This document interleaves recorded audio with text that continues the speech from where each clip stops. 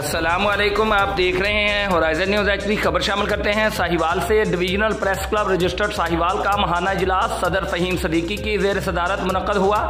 इस इजलास में तमाम मेंबरान व अहदेदारान की कारकर्दगी को ज़ेर बहस लाया गया और आने वाले नए मेंबरान जिनमें रऊफ शहजाद जट और शाकिर आसिफ शामिल हैं वेलकम किया गया।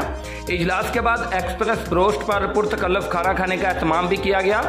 सदर फ़हीम सदीकी ने divisional press club registered Sahiwal की कारकर्दगी पर इत्मीनान का इजहार किया और कहा कि हमने हमेशा मुस्बत सहाफ़त के फ़रोग़ की कोशिश की है। Report Rauf Shahzad Jatt, divisional bureau chief Sahiwal, Horizon News HD, Pakistan.